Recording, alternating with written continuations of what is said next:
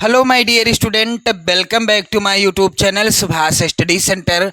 कक्षा 10 के जितने भी मेरे प्यारे बच्चे अर्धवार्षिक परीक्षा देने वाले हैं, आपकी अर्धवार्षिक परीक्षाएं अक्टूबर माह से स्टार्ट हो रही हैं। तो जितने भी मेरे प्यारे बच्चे 2024-2025 में अर्धवार्षिक परीक्षा देंगे, आप सभी के लिए मैं लेकर के आ चुका हूं हिंदी विषय का वायरल मॉडल पेपर।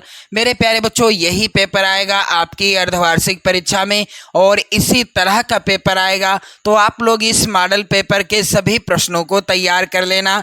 मेरे प्यारे बच्चों, आपको समय मिलेगा अर्धवार्षिक परीक्षा में 3 घंटे 15 मिनट का। हो सकता है आपके विद्यालय में 3 घंटे का ही समय दिया जाए, वो आपके विद्यालय पर निर्भर है। वैसे तो सही समय क्या है, 3 घंटे 15 मिनट का ही है और बोर्ड एग्जाम में आपको 3 घंटे 15 मिनट का ही समय मिलेगा।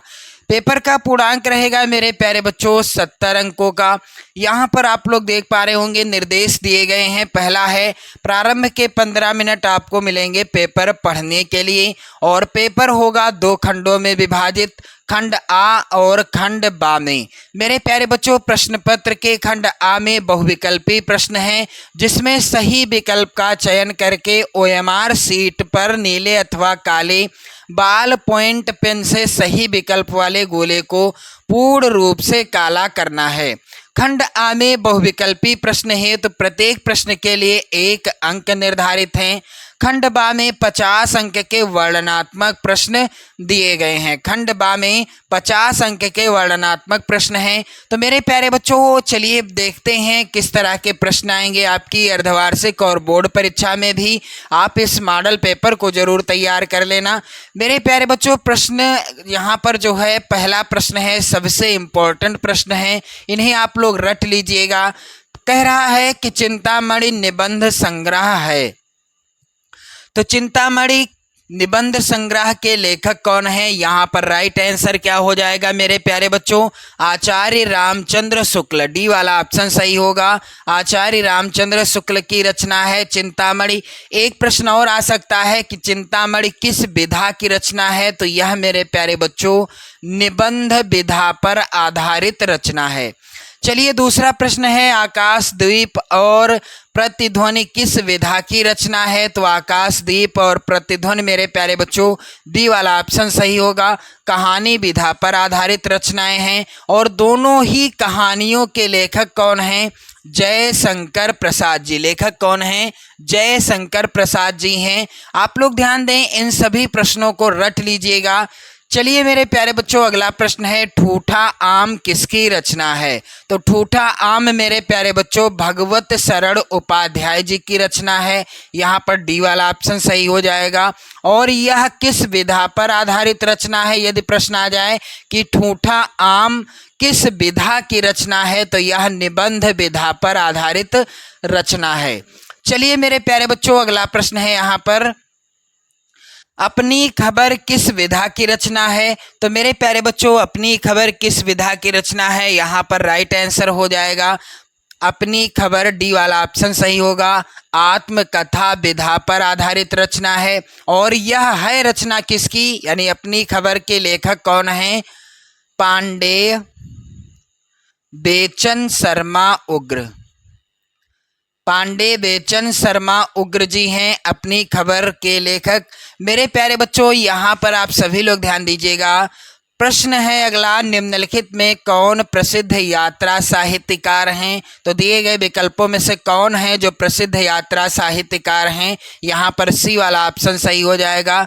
राहुल सांकृत्यायन जी प्रसिद्ध यात्रा साहित्यकार हैं। चलिए अगला प्रश्न है, श्री कृष्ण गीतावली के रचयिता कौन हैं? तो श्री कृष्ण गीतावली के रचयिता हैं, यहाँ पर ए वाला ऑप्शन सही होगा, तुलसीदास जी हैं। और मेरे प्यारे बच्चों, आप लोग ध्यान दीजिएगा, रामचरितमानस की रचना किसने की है? गोस्वामी तुलसीदास ने ही की है। अगला है प्रश्न, रीतिकाल के वीर रस के प्रसिद्ध कवि कौन हैं? तो दिए गए विकल्पों में से आपका सही आंसर क्या हो जाएगा? रीतिकाल के वीर रस के प्रसिद्ध कवि हैं मेरे प्यारे बच्चों, यहाँ पर बिहारी लाल तो होगा नहीं, यहाँ पर हो जाएगा बी वाला ऑप्शन भूषण। और इनकी प्रसिद्ध रचना है छत्रसाल दशक। छत्रसाल दशक, जो कि इन्हीं की रचना है, महाकवि भूषण की। चलिए अगले प्रश्न की ओर बढ़ते हैं। अगला प्रश्न है, छायावाद की मुख्य विशेषता क्या है? तो मेरे प्यारे बच्चों, यदि प्रश्न में आ जाए छायावाद की मुख्य प्रवृत्ति क्या है, तो दोनों एक ही चीज हैं, चाहे विशेषता लिखा हो प्रश्न में या प्रवृत्ति लिखा हो। तो मेरे प्यारे बच्चों, इसका राइट आंसर हो जाएगा प्रकृति का मानवीकरण। यहाँ पर सी वाला ऑप्शन सही हो जाएगा। चलिए अगला प्रश्न सबसे ज्यादा इंपॉर्टेंट है। कह रहा है कि तार सप्तक का प्रकाशन वर्ष क्या है? तो तार सप्तक का प्रकाशन वर्ष है मेरे प्यारे बच्चों, सी वाला ऑप्शन सही होगा, सन 1943 ईस्वी। और तार सप्तक का संपादन किया किसने था? सच्चिदानंद हीरानंद वात्स्यायन अज्ञे जी ने सन 1943 ईस्वी में तार सप्तक का संपादन किया था। चलिए मेरे प्यारे बच्चों, अगला प्रश्न है, आधुनिक काल के समय सीमा क्या है? यानी आधुनिक काल की समय सीमा क्या है? तो यहाँ पर राइट आंसर क्या होगा? इसका राइट आंसर हो जाएगा सन 1843 से अब तक का समय आधुनिक काल के अंतर्गत आता है। मेरे प्यारे बच्चों, डी वाला ऑप्शन सही होगा। चलिए प्रश्न अगला है, मणि खोए भुजंग सी जननी फन सा पटक रही थी शीस, अंधी आज बनाकर मुझको किया न्याय तुमने जगदीश। मेरे प्यारे बच्चों, प्रश्न है कि इन पंक्तियों में रस कौन सा है? तो चलिए मैं आपको एक प्रश्न के साथ साथ और प्रश्न बताता चलूं। चलिए वीर रस का स्थायी भाव क्या है? आप लोग याद कर लीजिएगा, उत्साह है। विभत्स रस का स्थायी भाव क्या है? जुगुप्सा। आप लोग ध्यान दें, जुगुप्सा है। विभत्स रस का स्थायी भाव। करुण रस का स्थायी भाव क्या है? शोक है, आप लोग याद कर लीजिएगा। और हास्य रस का स्थायी भाव क्या है? हास है। तो यहाँ पर कौन सा रस है? मणि खोए भुजंग सी जननी फन सा पटक रही थी शीस। मेरे प्यारे बच्चों, जब कोई वस्तु खो जाती है तो आपको सुख तो होगा नहीं। यहाँ पर है मेरे प्यारे बच्चों करुण रस, डी वाला ऑप्शन। चलिए अगला प्रश्न है, चरण कमल बंदो हरिराई उपर्युक्त पंक्ति में अलंकार कौन सा है? तो मेरे प्यारे बच्चों, यहाँ पर है रूपक अलंकार, बी वाला ऑप्शन सही हो जाएगा। अगला प्रश्न है, सममात्रिक छंद कौन सा है? तो सममात्रिक छंद है मेरे प्यारे बच्चों, यहाँ पर सी वाला ऑप्शन सही होगा, सोरठा। सोरठा के पहले और तीसरे चरण में 13 मात्राएं होती हैं। कितनी 13 नहीं, सॉरी मेरे प्यारे बच्चों, 11 मात्राएं होती हैं। सोरठा के पहले और तीसरे चरण में कितनी मात्राएं होती हैं? 11 कितनी? 11 मात्राएं होती हैं। सोरठा के दूसरे और चौथे चरण में होती हैं मात्राएं मेरे प्यारे बच्चों 13। कन्फर्म हो गया ना? तो चलिए अगला प्रश्न है, पर्यावरण शब्द में प्रयुक्त उपसर्ग है। तो पर्यावरण शब्द में कौन सा उपसर्ग है? यहाँ पर राइट आंसर होगा सी वाला ऑप्शन, परि हो जाएगा राइट आंसर। अगला प्रश्न है, निर्जन शब्द में किस उपसर्ग का प्रयोग हुआ है? तो यहाँ पर डी वाला ऑप्शन सही होगा, निर हो जाएगा राइट आंसर। प्रश्न अगला है, हानि लाभ में समास क्या है? तो जहाँ पर पहला पद और दूसरा पद, यहाँ पर पहला पद है हानि, दूसरा पद है लाभ, दोनों पदों की प्रधानता हो, यानी दोनों पदों को बराबर वैल्यू मिलती हो, यानी दोनों पदों की बराबर वैल्यू हो, वहाँ पर होता है कौन सा समास? द्वंद्व समास। चलिए अगला प्रश्न है, सूरज का तत्सम क्या होगा? तो यहाँ पर डी वाला ऑप्शन सही होगा, सूरज का तत्सम हो जाएगा सूर्य। प्रश्न अगला है, तत्पुरुलिंग शब्द का चतुर्थी विभक्ति एक वचन में रूप क्या होगा? तो मेरे प्यारे बच्चों, यहाँ पर राइट आंसर हो जाएगा तस्मय, जो कि है सी वाला ऑप्शन। अगला प्रश्न है, वह जाता है वाक्य है। तो वह जाता है किस प्रकार का वाक्य है? मेरे प्यारे बच्चों, बी वाला ऑप्शन सही हो जाएगा। यह कैसा वाक्य है? सरल वाक्य है। प्रश्न अगला है, शिक्षक कक्षा में छात्र से पढ़वाता है, इस वाक्य में कौन सी क्रिया है? तो मेरे प्यारे बच्चों, यहाँ पर राइट आंसर हो जाएगा बी वाला ऑप्शन, प्रेरणार्थक क्रिया। चलिए मेरे प्यारे बच्चों, अब खंड बा जो कि 50 नंबर का आएगा। अब इसमें का पहला है गद्यांश, कुसंग का ज्वर, यहाँ पर ज्वर होगा, सबसे भयानक होता है, यह केवल नीति और सद्वृत्ति का ही नाश नहीं करता बल्कि बुद्धि का भी क्षय करता है।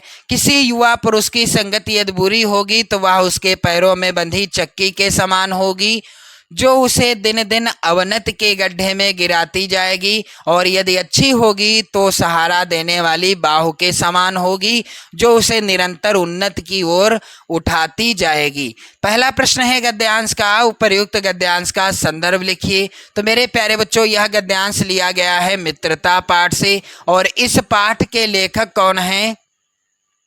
आचार्य रामचंद्र शुक्ल जी। आचार्य रामचंद्र शुक्ल जी हैं इस पाठ के लेखक। दूसरा प्रश्न है रेखांकित अंश की व्याख्या। तो रेखांकित अंश की व्याख्या ही करनी है आप सभी को, पूरे गद्यांश की व्याख्या नहीं करनी। अगला प्रश्न है कुसंग और अच्छी संगत में क्या अंतर है? तो गद्यांश पढ़कर ही इस तरह के प्रश्न का आंसर आप कर लोगे। अथवा में भी गद्यांश है, यदि आप इसको नहीं करना चाहते पहले वाले गद्यांश को, तो आप दूसरे वाले गद्यांश को कर सकते हैं। अथवा में है यहाँ पर ईर्ष्या से बचने का मानसिक अनुशासन है, यानी ईर्ष्या से बचने का उपाय क्या है? मानसिक अनुशासन। जो भी ईर्ष्यालु स्वभाव का है उसे फालतू बातों के बारे में सोचने की आदत छोड़ देनी चाहिए। उसे यह भी पता लगाना चाहिए कि जिस अभाव के कारण वह ईर्ष्यालु बन गया है उसकी पूर्ति का रचनात्मक तरीका क्या है। जिस दिन उसके भीतर यह जिज्ञासा आएगी उसी दिन से वह ईर्ष्या करना कम कर देगा। पहला प्रश्न, उपर्युक्त गद्यांश का संदर्भ लिखिए। तो प्रस्तुत गद्यांश लिया गया है किस पाठ से? ईर्ष्या तू ना गई मेरे मन से, मेरे मन से पाठ से लिया गया है, और इस पाठ के लेखक कौन हैं? रामधारी सिंह दिनकर जी हैं। अगला है प्रश्न गद्यांश के रेखांकित अंश की व्याख्या। तो रेखांकित अंश की ही व्याख्या करनी है, शेष व्याख्या नहीं करनी। इसी तरह से 3 प्रश्न यहाँ भी हैं गद्यांश पर आधारित। चलिए मेरे प्यारे बच्चों, अगला प्रश्न है निम्नलिखित पद्यांशों में से किसी एक पद्यांश के नीचे दिए गए प्रश्नों के उत्तर देना है। प्रश्न आएगा 6 नंबर का। पहला पद्यांश है चरण कमल बंदो हरि राई, जाकी कृपा पंग गिर लांघे, अंधे को सब कछु दरसाई, बहिरो सुनय गूंग पुनि बोले, रंक चले सिर छत्र धराई, सूरदास स्वामी करुणा में बार बार बंदो तहि पाई। पहला प्रश्न है उपर्युक्त पद्यांश का संदर्भ लिखिए। तो पद शीर्षक पाठ से लिया गया है पद्यांश, और रचनाकार हैं सूरदास जी। तो इसी तरह से आप जो है किसी एक पद्यांश के नीचे दिए गए 3 प्रश्नों को करिएगा। अथवा में भी पद्यांश है यहाँ पर मेरे प्यारे बच्चों।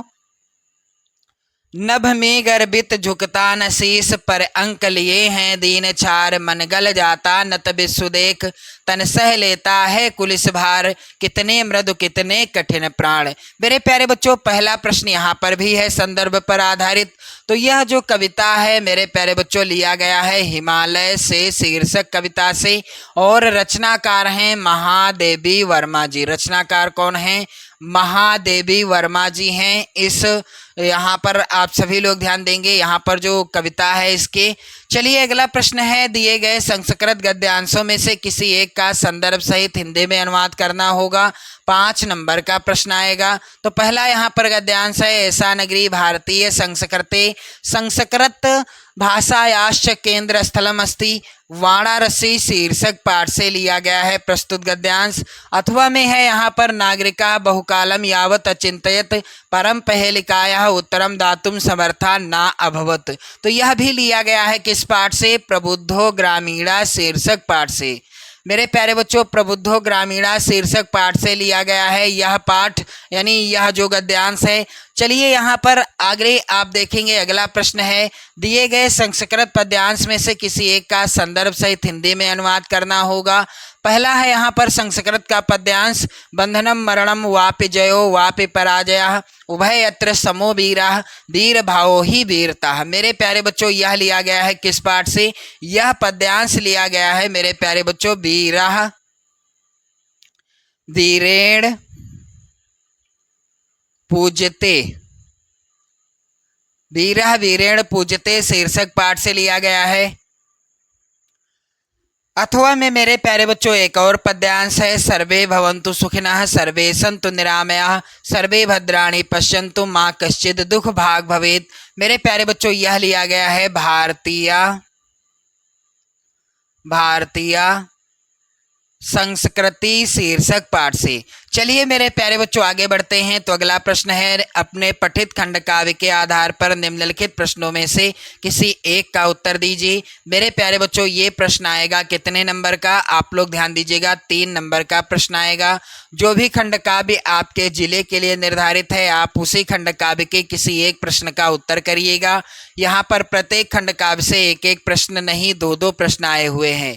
चलिए मेरे प्यारे बच्चों यहाँ पर प्रश्न संख्या 6 का है, दिए गए लेखकों में से किसी एक लेखक का जीवन परिचय देते हुए उनकी एक प्रमुख रचना का उल्लेख कीजिए। 5 नंबर का प्रश्न आएगा। और आचार्य रामचंद्र शुक्ल, जयशंकर प्रसाद और डॉक्टर राजेंद्र प्रसाद जी का जीवन परिचय आप तैयार कर लेना। 2025 में 100% आना ही आना है। चलिए अगला प्रश्न है, दिए गए कवियों में से किसी एक कवि का जीवन परिचय लिखना होगा और उनकी प्रमुख रचना का उल्लेख करना होगा। तो यहाँ पर सूरदास, तुलसीदास, महादेवी वर्मा, इतने कवियों का जीवन परिचय बिल्कुल तैयार करके आना है आप सभी को। मेरे प्यारे बच्चों 2025 बोर्ड एग्जाम में यही जीवन परिचय पूछे जाएंगे, आप लोग रट लेना। चलिए अगला प्रश्न है, अपनी पाठ्य पुस्तक में से कंठस्थ कोई एक श्लोक लिखिएगा जो इस प्रश्न पत्र में ना आया हो। प्रश्न अगला है, निम्नलिखित विषय पर पत्र लिखिए। 4 नंबर का प्रश्न आएगा विषय पर पत्र लिखने के लिए। तो यहाँ पर पहला है विषय, शहर की सफाई हेतु अपने शहर के मुख्य नगर अधिकारी को पत्र लिखिए। अथवा यहाँ पर आप सभी लोग ध्यान दीजिएगा, छात्रवृत्ति प्राप्त करने हेतु तो अपने विद्यालय के प्रधानाचार्य को एक प्रार्थना पत्र लिखिए। और मेरे प्यारे बच्चों यहाँ पर आपको मैंने बता ही दिया है, प्रश्न संख्या 9 भी आप लोग देख लें। निम्नलिखित विषयों में से किसी एक यानी किन्हीं 2 प्रश्नों का उत्तर संस्कृत में करना होगा। 2 नंबर का यह भी प्रश्न आएगा। तो मेरे प्यारे बच्चों यहाँ पर प्रश्न इस प्रकार से हैं, कुत्र मरणम मंगलम भवति, चंद्रशेखरः कः आसीत, आतुरस्य मित्रम किमास्ति और वीरः केन पूजते। ये सभी इंपॉर्टेंट प्रश्न आप लोग तैयार कर लेना, 2025 बोर्ड परीक्षा में 100% आएंगे। चलिए अगला प्रश्न और अंतिम प्रश्न है, निम्नलिखित में से किसी एक विषय पर निबंध लिखिएगा। तो 7 नंबर का प्रश्न आएगा। और विज्ञान अभिशाप या वरदान, या तो ये विषय पर आप निबंध लिखो या फिर प्रदूषण की समस्या और समाधान पर, या मेरे प्यारे बच्चों स्वदेश प्रेम या देश प्रेम पर, या देशाटन से लाभ पर, या छात्र जीवन में अनुशासन का महत्व। 4 ही आएंगे, यहाँ पर 5 मैंने आपको बता दिए हैं। आप इन 5 को तैयार कर लो, 100% की गारंटी है।